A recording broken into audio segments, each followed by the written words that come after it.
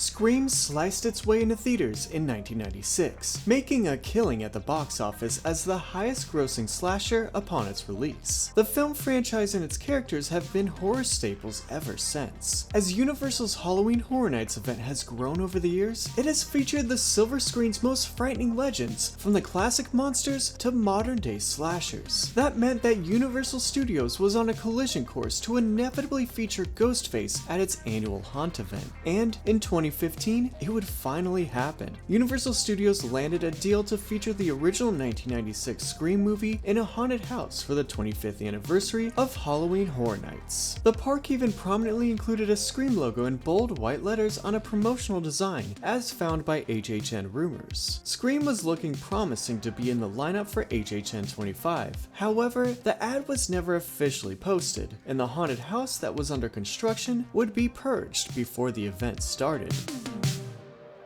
Through summer 2015, Universal's creative team had been well into construction for the Scream House, located in Sprung Tent 1 behind the World Expo section of the park. Work was underway recreating the shocking settings from the 1996 slasher that gave audiences nightmares for 2 decades. The rumored scenes that were being constructed inside, according to Attractions magazine, start guests off in the kitchen from the movie's opening, the garage door scene, into the high school, and through the film's climax, among others. Meanwhile, the Scream franchise was being rebooted on MTV for a television series, being received with underwhelming reviews compared to the original movie. When Universal presented the Scream Haunted House to the rights holders, the executive producers for the MTV reboot allegedly did not approve because it was based on the original movie, according to Attractions magazine. The executive producers instead wanted to retrofit the house to represent the new TV series in an attempt to capitalize on the show. One of the major changes requested was to update the legendary Ghostface mask on all the scare actors with the new mask as seen on MTV, which were far less recognizable. Universal Creative, now forced to retheme many elements of the haunted house, was seeking a compromise with the rights holder, but the two sides could not come together on an agreement. The Scream House, although constructed and mostly ready for guests, was cut from the event due to the park no longer having the rights for the property. The haunted house could not operate with guests as currently themed, and with the event quickly approaching, Universal was at an impasse, needing a quick replacement for the cancelled Scream House.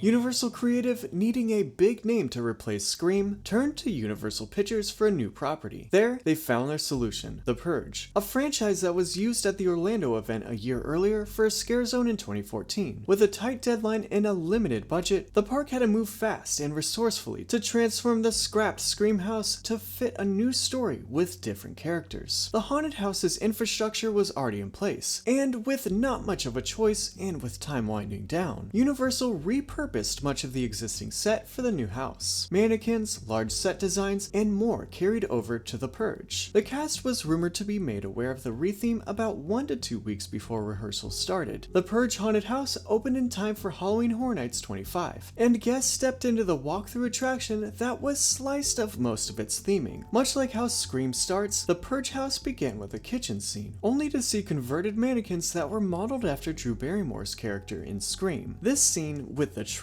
is recognizable to say the least. Guests then walked into the garage with a door that closely matched the familiar one from Scream. Many of the house's sets were nondescript after the redesign. Scenes with bare surfaces were artistically distressed and covered in graffiti to fit the new theme. For that matter, the house had heavy strobing light effects, presumably to distract guests from the minimal set design by Universal standards. Other partially leftover sets from Scream made it into the Purge House, such as the bedroom and the school bathroom.